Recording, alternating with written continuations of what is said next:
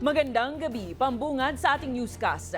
Nais ibalik ng ilang House leaders ang buong 2026 National Expenditure Program sa Department of Budget and Management matapos itong makitaan ng maraming issue. Ano-ano nga ba ang mga natuklasang problema sa budget? Alamin sa ating balitang A to Z. We believe that at this point, the National Expenditure Program submitted by the DBM falls short of that standard. Inirekomenda ng ilang lider ng mababang kapulungan ng Kongreso na ibalik sa ehekutibo ang panukalang 2026 National Expenditure Program.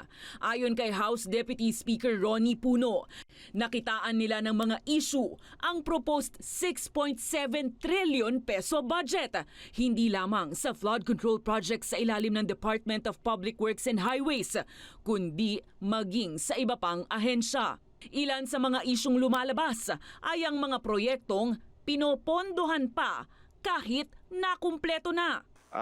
In the DILG, for example, where, as you know, I have some experience, some questions again recently were raised about,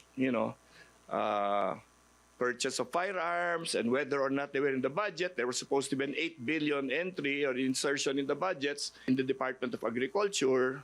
There are indications of similar problems. Ayon sa mga lider ng malalaking partido, hindi nila maaaring ipasa ang budget na may mali. Pero mahirap din maipit sa duda ng publiko kung malaking bahagi ang rerepasuhin. It's a situation of nakita mong may problema, nakita mong bulok. Pag ayusin mo, ba't mo ginalaw? Pag hindi mo naman ginalaw, ba't mo pinabayaan? Kaya ang hiling ng party leaders. We are asking our members now to refrain from any further participation. We toss it back to the DBM so that they can find a logical explanation and resolution. Huwag naman sana nilang masamain itong pagbalik. Kasi this is for the better. Nakawilling kami mag-work overtime. If necessary, the whole October. Ngayong araw lang ipinag-utos ni Pangulong Ferdinand Marcos Jr. kay bagong DPWH Secretary Vince Dizon ang full review sa pondo ng ahensya sa harap ng kontrobersiya sa umano'y maanumalyang mga proyekto nito. Ang DBM pati po ang DPWH ay bubusisiin po ito talaga.